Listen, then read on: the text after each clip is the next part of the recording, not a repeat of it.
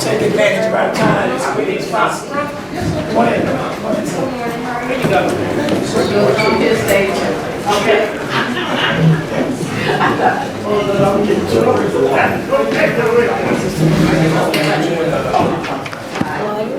No, thank you though.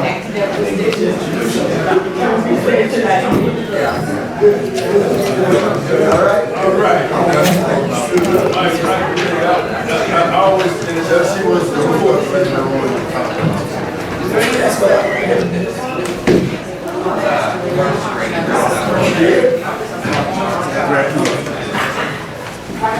Ladies and gentlemen, if we can go ahead and begin our time together, what I'd like to do is, let's see, there's presence energy on this side, but what I'd like for us to do as we begin this conversation on bi-vocational ministry is for us to kind of do a brief introduction of all of the people that are in the room. If we would just give your name and your ministry context so that we can all kind of know who's in the room. And I'm going to start on the far end over here. Brother, if you could get us started. Your ministry context. Roscoe Lincoln of St. John Anglican Church, Washington. Thank you. Amen. Joyce Connors of John Zion. Okay. Erica Taylor, pastor of Greater Taylor Chapel and in Church, Franklin, Kentucky. Brady Belkey, I'm a student at Louisville Seminary, first year MDiv. Right. Second. Angela Johnson, pastor at Graceville Presbyterian Church, Urban Ministry. Tina Patterson, pastor of Mosaic United Methodist Church.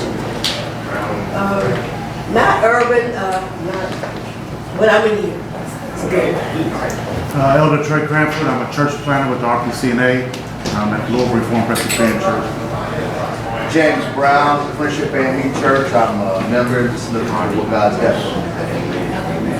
Teresa Walton O'Bannon, I'm the assistant pastor at St. Peter's United Church of Christ and also the president and CEO of Emmaus Ministries. You need to use your preacher voice. Did y'all hear what you? Did you hear me? No preacher? Okay. Use your preacher voice. Come on. Hello, everyone. That's what I'm talking about. I'm Teresa Walton O'Bannon. I'm the assistant pastor of St. Peter's United Church of Christ and the president and CEO of Emmaus Ministries, all here in Louisville. Thank you. Pastor Gonzalo Lee, pastor of Monticello St. John AME Church. In Monticello, Kentucky. Yes, sir. John Ashworth, Deacon First Baptist Church, Brownsville, Tennessee. Well, glad you're here. Michael Lee, Joshua Tabernacle Missionary Baptist Church Associate Minister, also a chaplain at Northern Hospital resident. William Smith, pastor of Friendship and Round Hill AME churches in Giles County, Tennessee. That's what's up. That's what's up. Welcome. Harriet McElvaney, pastor of Campbell Chapel, AME Zion Church in Bloomfield, Kentucky. All right. Claudette Norton, pastor of Greater St. James Christian Methodist Episcopal Church in Winchester. Excellent job in the panel as well. Brendan Daniels Davidson, I'm still in transition from Mount Aaron Baptist Church of Associate Minister here in Pittsburgh, Pennsylvania. All right. Sir. Good morning, all. I'm President Barnes, pastor of Brown Memorial Senior Church here in Louisville, Kentucky. Good morning, Denise Jones, pastor of Pine Grove Senior Church, Clay City, Kentucky. Clay City? Yes. Okay. Good morning. My name is Brandon Hope. I am a chaplain resident at Gordon Public Care here in Louisville, Kentucky. All right. Ben Burton. I'm also a chaplain at Norton Healthcare. Part-time pastor at Cameron Baptist Church in Martin County, Kentucky. Blessings. Glad you're here. I'm Mark Thomas. I'm a student at the Baptist Seminary of Kentucky and also serving as interim pastor at Newtown Christian Church, Disciples of Christ, both in Georgetown, Kentucky. I'm Charles Rockwell. I'm the director of Wesley Connection for Louisville Seminary.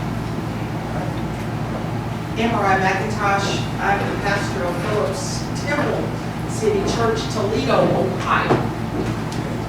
I'm Kilen Gray, the Dean of Student Engagement here. This is my 11th year of service here at Louisville Seminary. Just recently been transitioned from Dean of Students to now Dean of Student Engagement, which, oh, did I miss somebody? Oh, I'm sorry, my own student. I'm so sorry. I'm so sorry. Sorry about that. I'm Angela Overton. I'm an MDiv student. I'm in my second year, and I'm associate minister at Green Castle Baptist Church. And I'm also a senior advisor to an organization in Washington, D.C., the Coalition to Transform Advanced Care. My sincere apologies. Sorry about that. You get me later. In my, I just recently transitioned to now I'm executive dean over student affairs, all of the student affairs functions here at Louisville Seminary. And I've served at New Mount Zion Baptist Church, 34 miles, 64 east down the highway in Shelbyville, Kentucky for 33 years.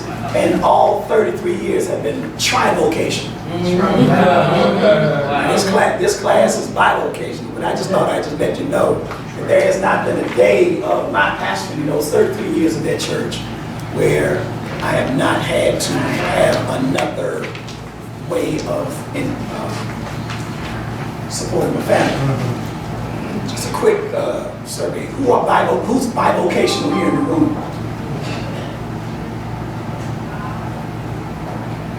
Pastors that are, yes, okay. So let's talk about the bivocationalism. Those who are bivocational, what's your other job? Manager of the Cabbage Patch of the House of Louisville, pastor, Second Baptist Church. All right. Social service clinician for the women's prison out in Pee Wee Valley. All right. Teach drug and alcohol counseling and write curriculums for drug and alcohol treatment centers around Kentucky. What's up? Who else had their hands up yet? I'm county assistant for the Boys and Girls Club of Kentucky. Their administration. Executive Director of the Franklin Simpson Human Rights Commission. Excellent. Excellent. I work for myself on the funeral home. On the funeral home. Yeah. Amen. Amen. Amen. Any others? Yes. I'm chaplaincy and pastoring, but like during seminary, I was a computer technician for 5 years. All right. Any others? For those who are bivocational in the room, whose choice was it? Who needs to be bivocational? Well, okay, so she said I should ask, who needs to be bivocational?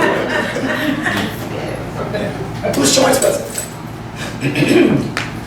Was it the church's choice? Was it your choice? How did you come to decide that that's what? Mine was community-based.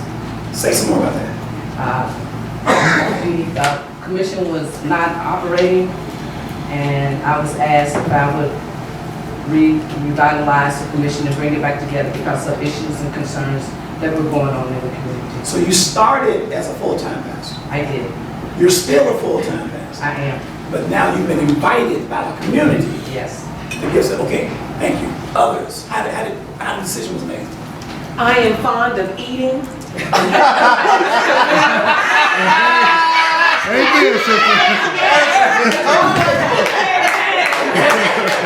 have been raised in the church, and I have, as a child, been raised how to starve a preacher out, and I did not want to be starved out. There you go. So I chose You made to a work decision.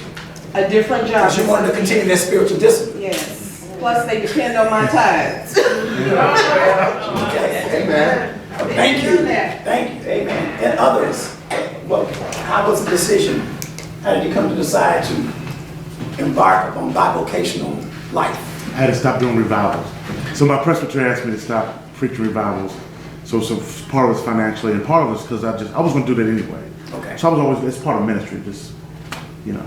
Okay. So it was part of your understanding of what ministry is, tent making. Right. That's what been traditionally in most of our churches. We look at, we describe bivocational life from the model that always is lifted up before us of the Apostle Paul of tent making. Mm-hmm. So, and then there are denominations that actually have a department that helps people to train persons in tent making. Others, those who were on bivocational, what was the decision? What led to it? For me, it was a struggle. It was a struggle for me because of the expectations of Baptist life coming up, that the optimal ministry is when you can totally focus all of your attention into the church. You grow up in a culture, I grew up in a culture in Memphis where, you know, the church is better than any job you could ever get. That's right. Yeah. And so if the culture framed you to think that if you're called to preach and you're working some other type of job, you don't have enough faith in God. Yeah. Well, I'll never forget one of the national congresses that we went to, and one of the my beloved person who led the evangelism class for those of us that were just training up in preachers, made this statement that made an indelible impact upon my expectation upon my rural church in Shelby County. This is the statement that he made. The statement he made was, any preacher whose sole business is not preaching has no business preaching. All right. Now that was my first year. That was my first year. I'm 20-something years old. I'm 20-something years old, ready to serve God, eager to serve God. He meant well. The statement that he made was, any preacher whose sole business isn't preaching has no business preaching. Now, you have to understand that set in my mind an unrealistic expectation. Yeah. So I'm not pastoring in Dallas like he was. I'm pastoring in Shelbyville, Kentucky. Right. 10% of that population is African American. At that time, there were no Caucasians coming to my church. It was family based. Most of them, when I started at New Mount Zion, in fact, there was only 2 that I could count of college graduates in the congregation, and that was me and my wife. The income prospects of that congregation was not at the point of sustaining a salary, much less benefits. That's right. Called to that congregation, but now I'm coming into this congregation. I'm coming to serve as a pastor with this statement in my mind that a preacher who has any other business other than preaching has no business preaching. And so now that inset within me, and that's just testimony on my part, it inset unrealistic expectation that impacted the first 3 years of my pastor.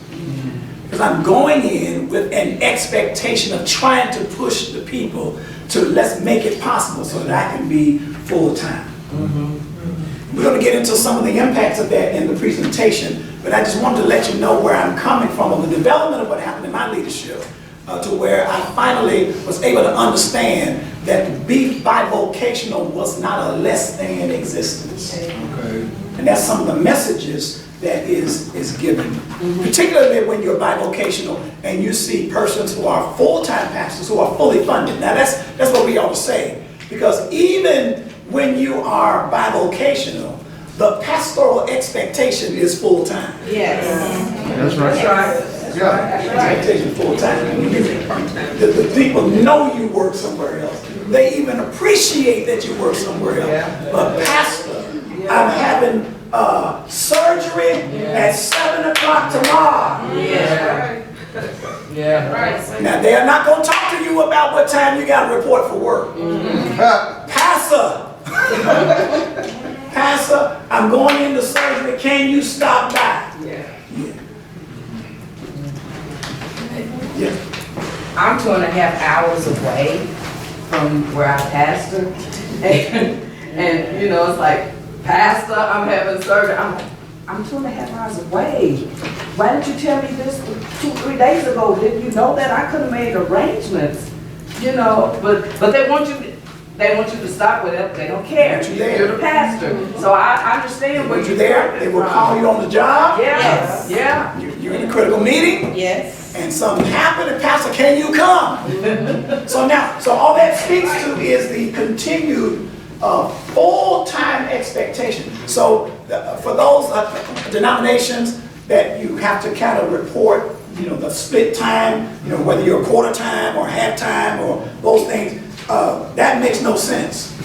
In reality, you have to report that, but the reality is the expectation of our parishioners and our members are full-time, even with you doing work. So how do you do that balance? We're going to talk about that in a minute. I want you to look at the handout And I want you to know that if you're bivocational or if you're not, there's handouts over here.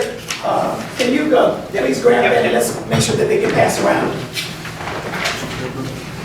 That color right there. Thank you. Just this one. Just this one.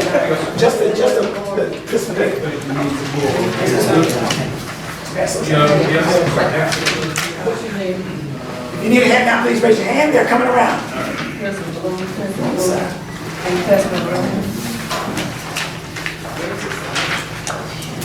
While you're getting the handout, I need you to know that I don't know if you've shared with me that guilt thing about not being able to be available for your members, for your parishioners, because you have another occupation that you need to do. But I hope to give you some hope.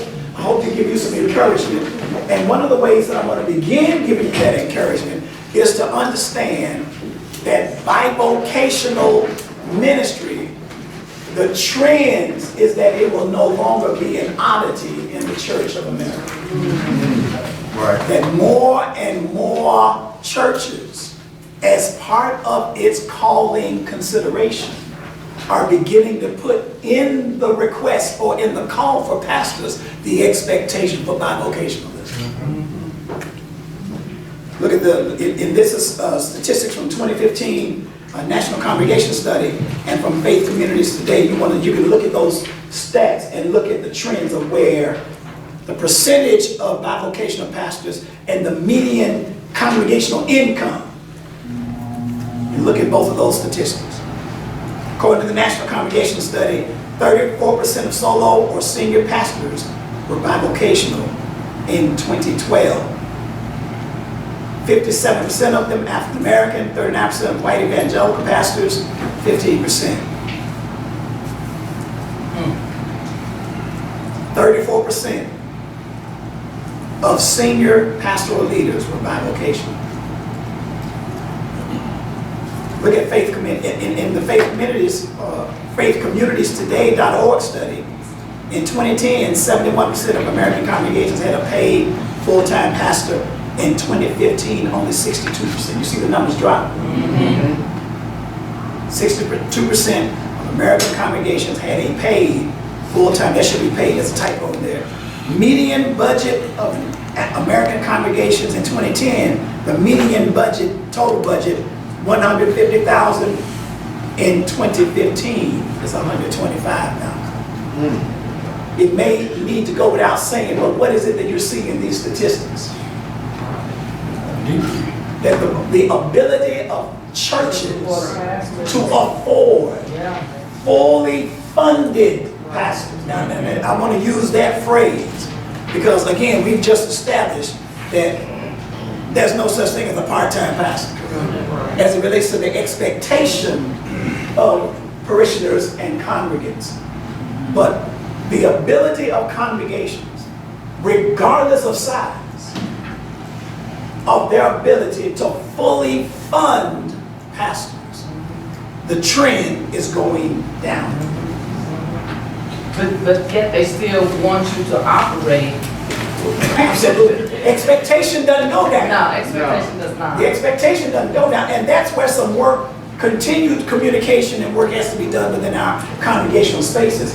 But I think that it is interesting for us to know, and it's important for those who are looking at going into the pastorate, those who are in seminaries across the country, who are looking to go into church leadership. It's not to say that churches are dying. This is not a statistic that suggests that congregational life is on the decline.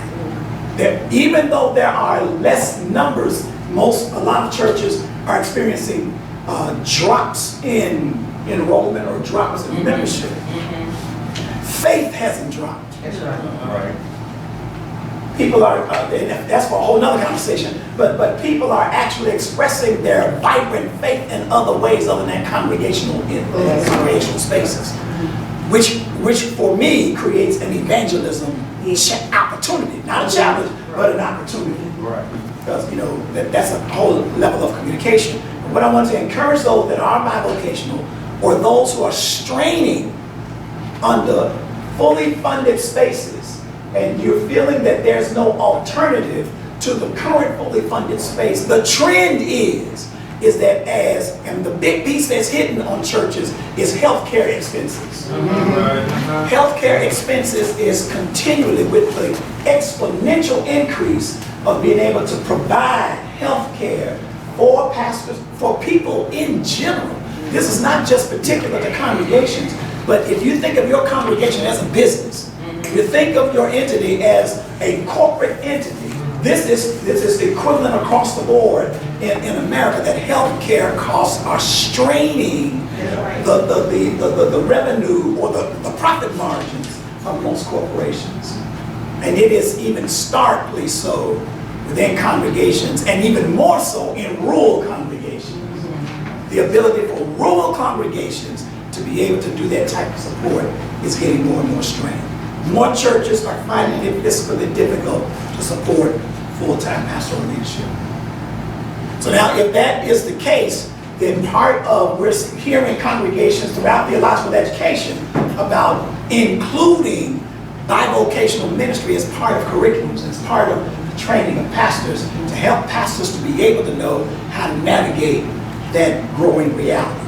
Some of the challenges, we can talk about this, and listen, all while I am sharing this material, let's have conversation. If there's let's ask questions. We have to wait till the end of the presentation. We can just have this conversation because I want us to be able to think about this together and really find out how we can master not only the funding of health care becomes a challenge, the funding for retirement also becomes the challenge. And at some point, we're going to stop pastoring. And then what do we do? And then how the but especially when you say fully funded.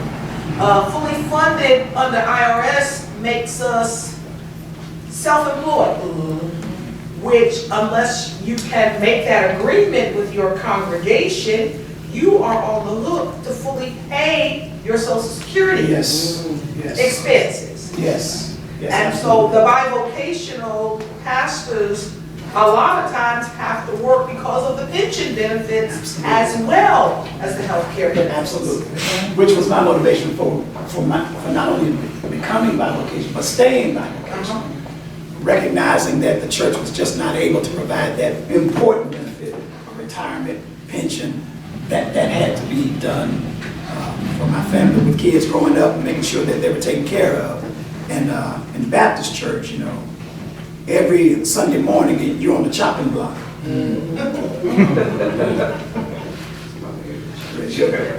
Your next sermon could be your farewell.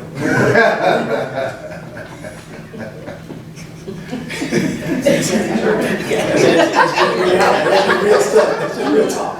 We're also going to talk about how we prepare our congregations when you are planning to become bivocational. Yes. Just for those very reasons. Absolutely. Because they have paid your retirement in 30 years. Yes. And there's no prospect they can. Right.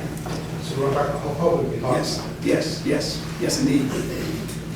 Challenges to bivocational ministry. They're not, it's not rocket science, but it's just one of those things that we need to lift up to know that there are challenges. And the big challenge is obvious, time management. How do you make time for church, job, family, and your own self-care? If you have kids, you got to have some time with them. Basketball games. I have 2 daughters. Both of them play basketball. Both of them, one played for Berea, the other played for Marshall University, and then after that played for EKU. Well before that, they played AAU ball, and they played junior high ball, and they played high school ball, and you have to be there.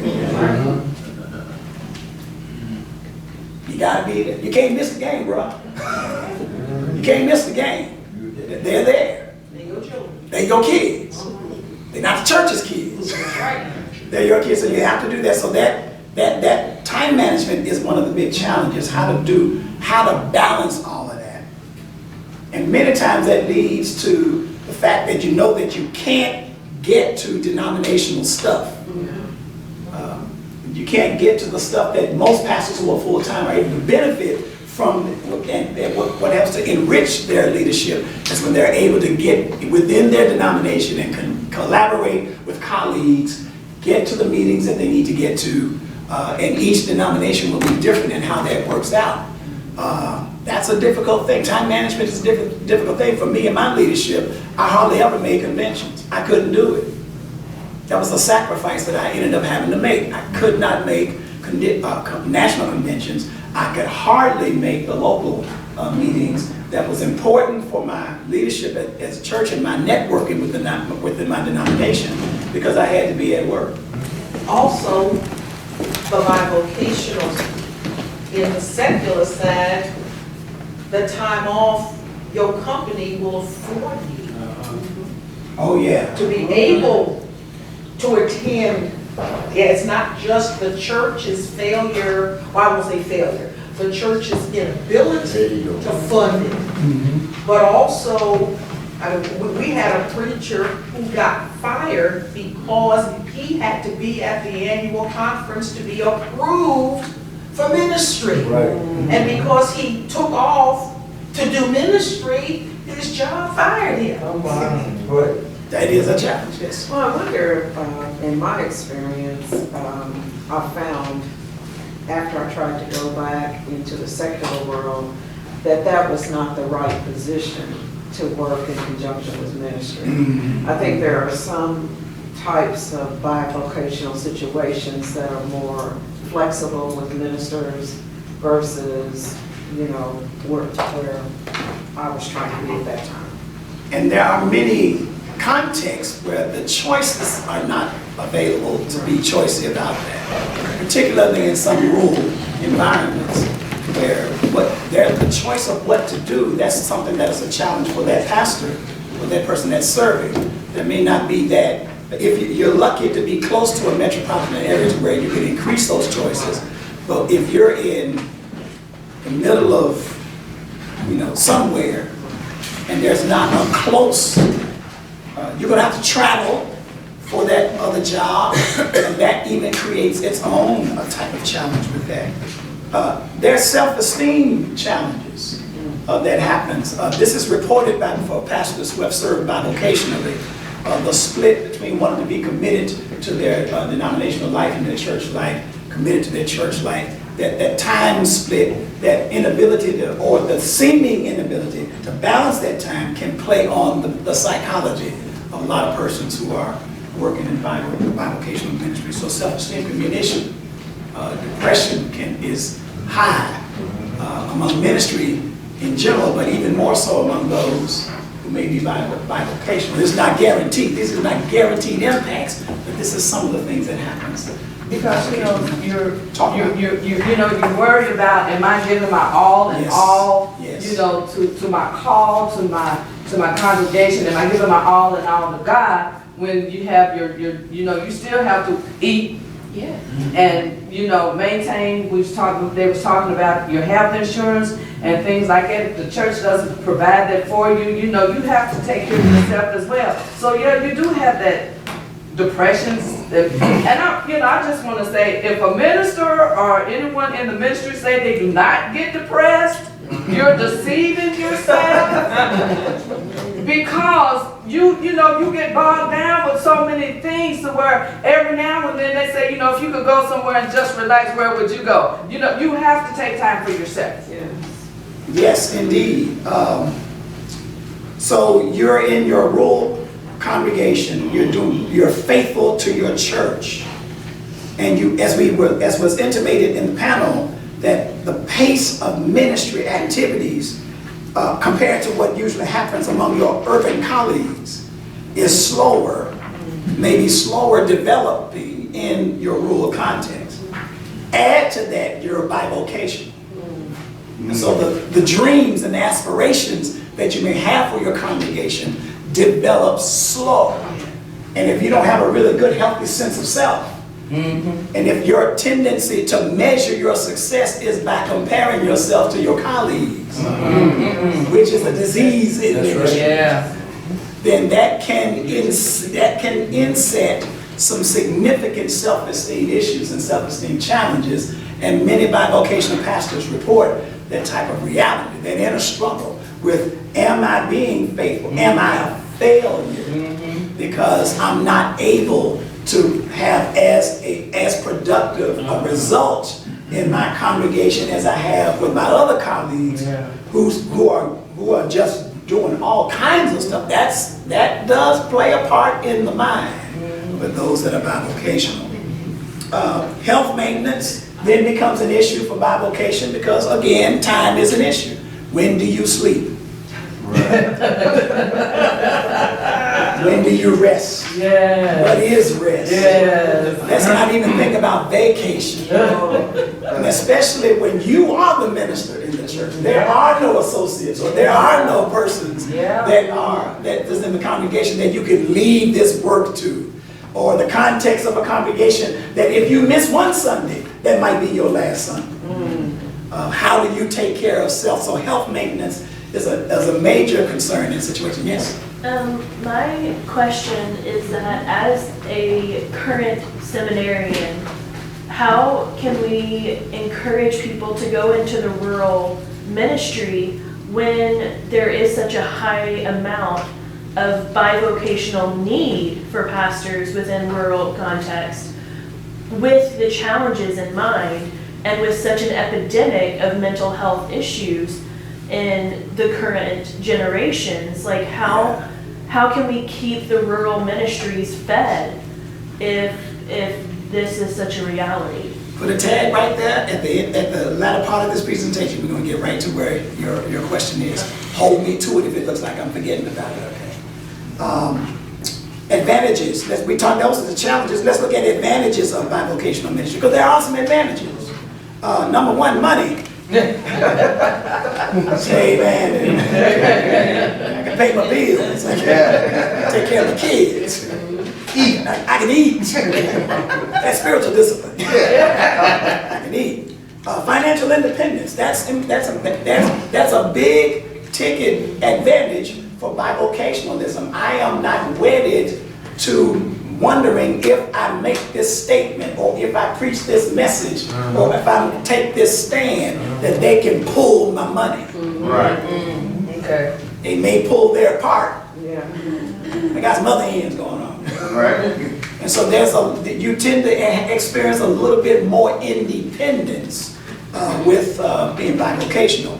The other benefit that I have experienced is relevance. And let me explain what I mean by relevance. Is that when you are, many times, not all the time, it's not guaranteed, but when you are within the closed system and reality of congregational definitions and meanings, many times what happens in a community can pass you by. And so when you're bivocational, you're in the church space, but you're also in non-church spaces. And those conversations can keep you on the cutting edge of what's really happening within your communities, where you could have a limited exposure to the trends that are happening within your community and within the nation, when the conversation is only insular, you understand what I'm saying? Insular congregation. Your sense of relevance can be a lot more strong. That's avoiding the ministry bubble. That's the same thing with that. You have a greater availability for pastoral calls. So now, for me, in my experience, my congregation is made up of persons that live in 7 different cities. So they're traveling to Shelbyville to have worship together, and a good number of my members are in Louisville. So because I work in Louisville, I have access to them. A greater access to being able to have pastoral calls with them. And especially, it is not always the case for bivocational pastors, but if you happen, as Pastor Johnson has intimated, that you have a job or an employer that is flexible with timing and with what you need to do, that gives you much more space to be able to do pastoral calls. Increased potential for teamwork among parishioners. The aha aha moment for my bivocational leadership of my church is when I understood that I didn't have to do it all. And I had to make a decision that if the church didn't do it, it will not get done. So I had to give up on my goals of what the church should be and what the church should accomplish. And really understand that they're only going to accomplish what they see vision within themselves to accomplish. So we begin to start planning for church activity from that perspective. And when I was backed up on having to do everything or feeling like I had to do everything, people started stepping up. And so within the strength of that congregation, whatever rose up in leadership, I fed the leadership, inspired the leadership, and let the leadership do what they need to do. Does that make sense? Yes. Makes sense. So that required a shift in my expectation. I'm gonna say that's part of the Brandon. That's part of the response I'm going to give to you. It's later on in my presentation. But what makes small town, rural, bivocational ministry work is realistic expectations. Knowing the people in the congregation, the strengths, the weaknesses, the abilities. You know, Ephesians 4:16 says that we are fitly joined together and compacted by that which every joint supplies. Well, every church don't have the same joints. And so I have to know the connections. What are the connections? What are the gifts? What are the strengths in this congregation? And let's plan for how we can affect the community with the gifts that we have. Right. That might mean that I'm going to have to kind of hold up on what I think they ought to have. And I'll allow the congregation's gifts to come up to the surface. Teamwork is in order for there to be bivocational pastoral leadership, laity teamwork is critical. That's right. It's critical. It has to be, you are part of the team, and it's about developing leaders and not so much directing ministry. It's developing leadership, cultivating and developing leadership within the congregation.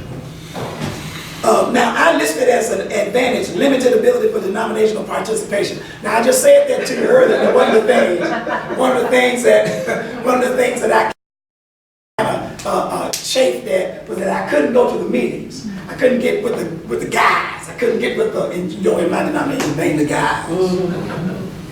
That was a blessing. That ended up being a blessing because then my thinking was not tethered to what already exists. All right. Because you hear what I'm saying? Yeah. So because I wasn't part of those conversations, it allowed me to be free to innovate. And innovation is critical to bivocational ministry. That's right. I had to remind myself that God is creator. Yeah. And that God never stopped creating. Right. If the idea of infinity is true, then God's still doing stuff. Yeah. And so the stuff that God is doing, I don't have to know. Because he leads me in the path of righteousness. Come on, man. For his name's sake. Okay. Yeah. So if that opens up possibilities that I'm not familiar with. So not being connected with those that says this is the way it's supposed to be. Oh, come on. Yeah. Open for me, and it has over the years opened for me to dare to do some innovative things that maybe others are not doing, that they might even look down upon because we don't do it that way. Because the congregation is not the only people that say that. Your colleagues say that too.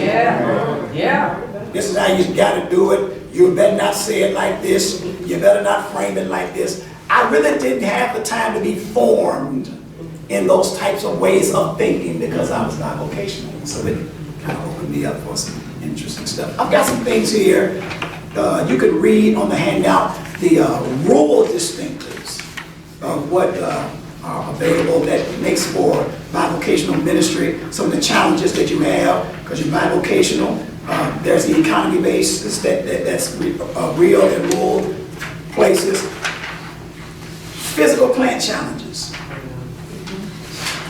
Physical plant challenges. You're bivocational. And in most small town, rural congregations, you got to make it happen. But you don't have money. and your building is falling apart. That can be a challenge sometimes. Fund development challenges are real. How we're able to raise money to do things that we need to do. There are wonderful opportunities that you can do, but those do become issues that you have to attend to. Look at in the handout the African American distinctives. So as a bivocational pastor, you have to really understand in rural communities that you are not the pastor. I'm going to say that again. That's right. As a bivocational pastor, one of the things that you're going to have to just kind of put your ego to rest about, that is not a threat to you, is that you are not the one that is the significant influencer in that congregation. So if you have any ego about being the one in charge, and you're bivocational, but you need to understand that as much as you think that about yourself, the real leader is developing in that congregation. And the real leader is going to be centered around families. I hope one of these days I get to tell you how I didn't do it. I will put it on God, how God deposed the pastor in my congregation. I'm glad to tell you that story. But that was the thing that was hindering our advance. And that person held the purse. That's right. And that's how I learned who had the real influence. She was the beloved aunt of the family. And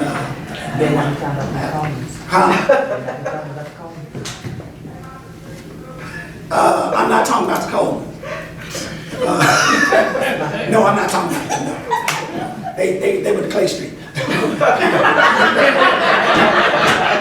They were the Clay Street. But yes, I didn't do anything mean. I wasn't mean. I wasn't mean at all.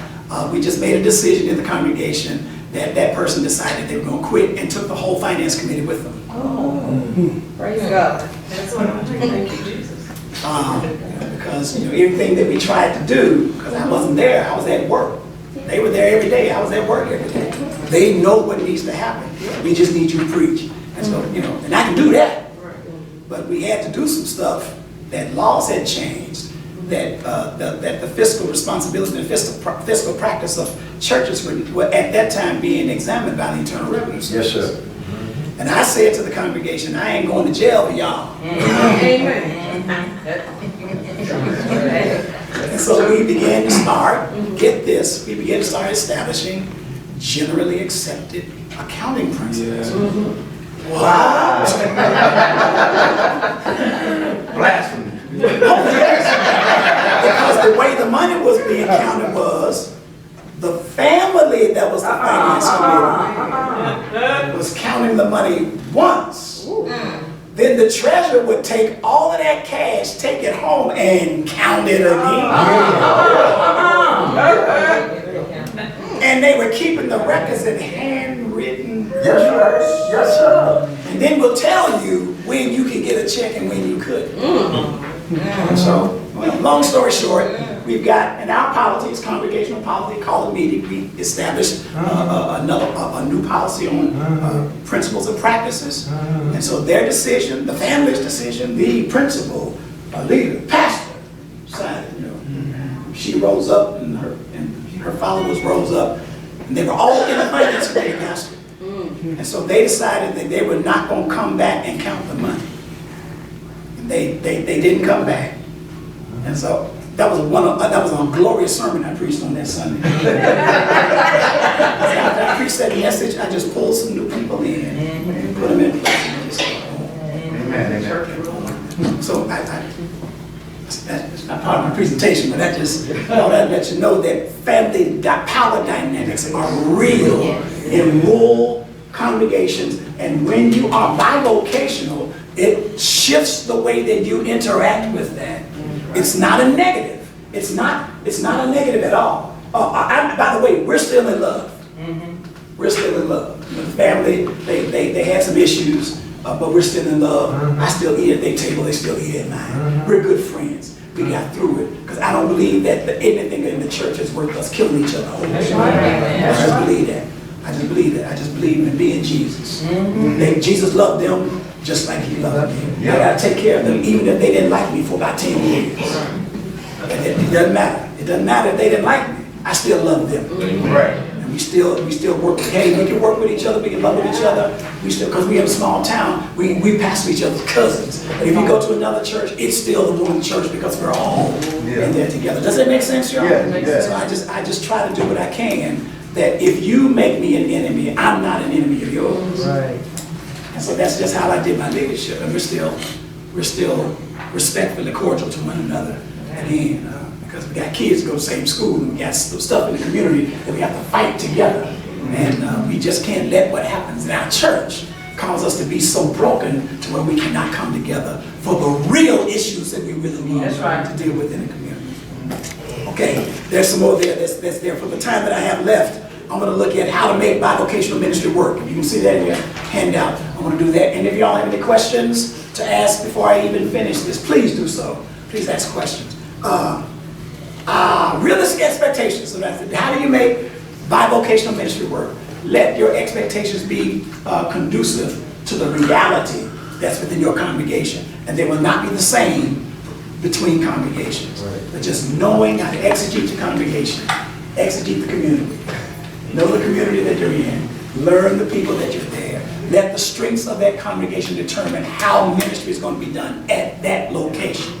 And a big part of it is to cut the comparison demon out of your life. Okay. Where you're not comparing yourself to another church. You know, that's strange fire. Y'all know the story in the Bible about strange fire, right? You know, these two guys that brought fire into the tabernacle of Moses. And the Bible says that when they tried to light the altar of incense with fire that did not come from the sacrifice, from the altar, that according to the literature of the Bible, that God struck them dead right in the right before the Holy of Holies. And that whole story is about that. What made the fire strange was that this fire didn't come from sacrifice. Right. It didn't come from the place where there was work and toil. The burnt brazen altar represented the blood that was the right blood to be offered to the Holy of Holies. The fire from the coal of the brazen altar was the right fire to mix up with the incense at the altar of incense that should be waved in the Holy of Holies.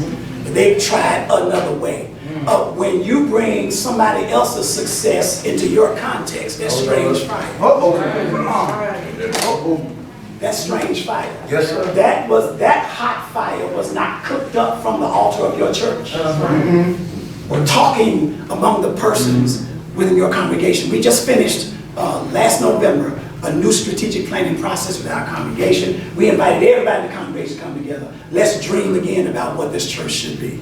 It took 3 weeks to come together and look at, we developed a process of monitoring or measuring or keeping up with how our members develop in their faith with 3 different terms of 3 different categories. And we let the congregation determine how that happens. We were at a lull, we were at a sort of a malaise, a kind of a dryness that was in the place. But when we involved every member in the plan to determine for next year, we're going to determine together how this ministry is going to be done. It sparked the fire so hot and so fast. Now there's renewed life in the congregation because they were a part of the plan. That's fire that's not strange. Okay. And so I'm encouraging that there'll be realistic expectations that's developed within the congregation so that it could be right for your congregation. The next thing I want to suggest is delegate if you can. I should have put if you can in there. It's not going to work if you're looking at it as being your work only. Right. You have to involve everybody else in the ministry. Here's the key. Innovation. Innovation is key.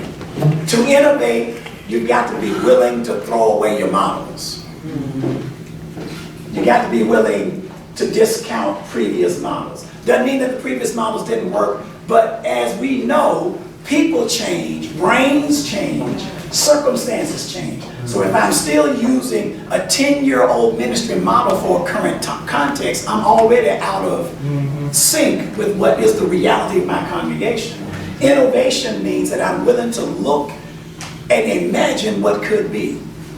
I'm willing to be as creative as possible within the context that I am. Great that the church that is in my town has 5,000. That's wonderful. But God loves some folk that's got 20 in the congregation. So doing some consulting work with the Center for Congregations, Indianapolis Center for Congregation, helping congregations develop community ministries, where we look at the strength of the congregation, look at what the community says that they need. The intersection of those two is the community ministry that you develop. One of the churches that I had the privilege of consulting with is an Episcopal church of 25 members in a rural town. 25 members. 25 members who are leading the state in sustainability efforts. 25 members. They had one of them members that retired from being an engineer. And he was trying to find out what he's going to do, talk with pastors, they're praying together. And some kind of way, he gets interested in bees.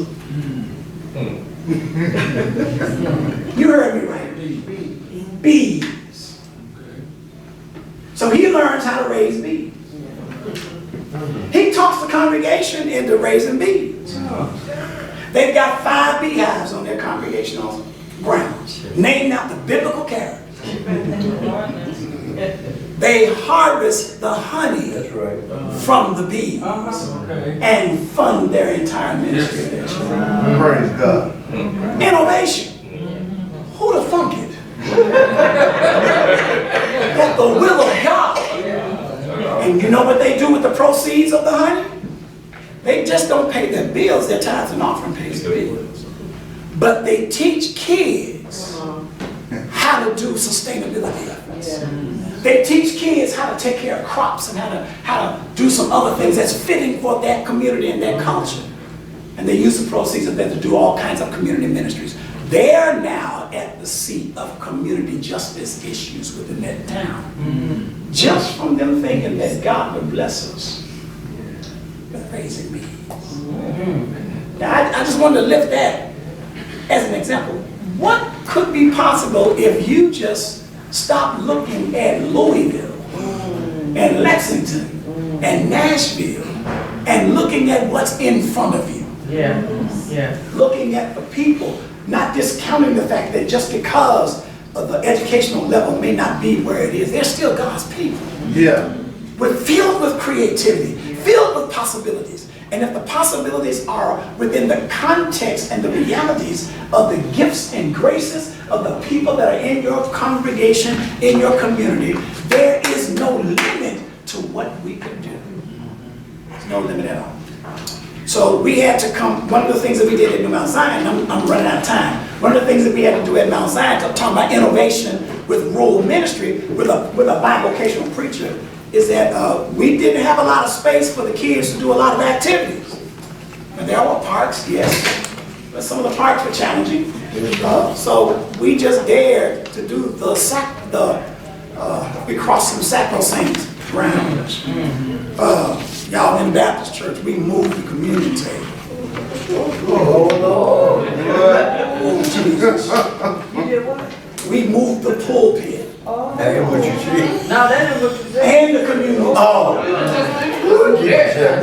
We moved the communion table. We took the chairs all out of the sanctuary. The sanctuary.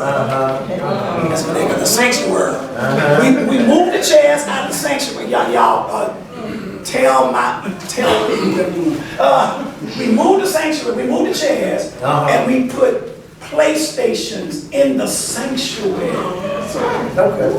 That's good. And did a weekend parent night out for teenagers. All right. Okay. And put it in the Church of the Living God. And they had stations, different stations around the wall where kids could learn how to do dance move in the sanctuary. All right. They learned, they did one game, they had dance moves, other games they were playing some video games, other games, others, they did some other activity. They were there for about 5 hours. And they had so much fun. You know what those kids did? They put everything back when they I'm just trying to say, as I close my time with this thing of bivocational ministry, that it is innovation. It's innovation that helps you to be able to do it. One last thing, do you have any advice for just, spitballing here, someone who was perhaps a bivocational full-time public school teacher who is perhaps scared out of their mind of bivocational ministry or the prospect of it, but looking in rural ministry areas as far as like church planting? Scared of what? Bivocational ministry, having come from bivocational and seeing the struggles and being afraid of transitioning into the thought of doing it again, but in a different context. It would be a conversation that I would have that would take longer than the time that I would have to do, but I would definitely encourage them. But my interest would be their issue, their tension. I would want to explore the tension and the fear that they're having, because they need not fear making another transition into another bivocational reality, because as we said earlier, as we showed earlier, that trend is continuing. Dr. Gray? Yes. I was a teacher. Yes. And a 30-some pastor. years. Yes. Oh, no. It can be done. Yes. You have to be organized. Your people have to understand some things you cannot do and say so. But some things you make allowances for. Maybe you can't do it at that particular time, but you can do it at another time. My school system was very, very good to me because they knew I was a pastor. And there were times that they would give me a little leeway. Everybody's not that lucky. So you have to know. You have a school calendar from the very beginning. Look at your school calendar. Now, I'm not always going to say we have a calendar about our activities at church. But as much as possible, line them up. You know what you're going to have to do. Like I said, be organized. And don't be afraid, because it works. I want to get back to the thing that you wanted to make sure that we mentioned before we close out our time. Could you? Well, I just said, how do we, I guess, really prepare our congregation? Congregation has had a full-time minister forever. We moved from Atlanta to here, full-time ministry, but it's not there anymore. Yeah. How do you prepare this congregation? I think that needs to take some time for having conversations with congregations before it's implemented. That if we say, if the church is thinking that it needs to move to a bivocational employment. They don't think so. Oh, they don't. You're trying to get them to. Yes. It's time to have that conversation. It's just engender the conversation in the way that you know will work for your congregation. Is to begin to start having that conversation so that people can start thinking of the possibility. The beginning of the conversation may be, it ain't possible. Well, that's not the last conversation. Let's just keep thinking about it. Present some ways that it can work. Present some ideas and some options, some different ways that it can be framed, and then give some time for it to stew. Just give it some time to stew in the mind, because that's how minds are changed after seeing what was not first possible, continually being exposed to what is possible. And at some point, there may be an even further conversation. But that's how most paradigm shifts happen. They don't happen immediately, they happen over time. Yes, sir. All right. My time is up. Oh, yes, sir. Dr. Gray, I just wanted to encourage all the pastors that are bivocational. Maybe you don't realize God gives you the opportunity for other people outside of the church to see you, and you can witness to them not only by word but deed.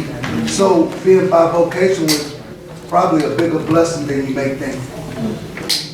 All right. So I got to let this room go so that the next lecture can go. We got lay pastor relationships in this room. Pastor Claudette Snorton, and rural community politics, Dr. Raymond Bryant in the brown room. Let's move.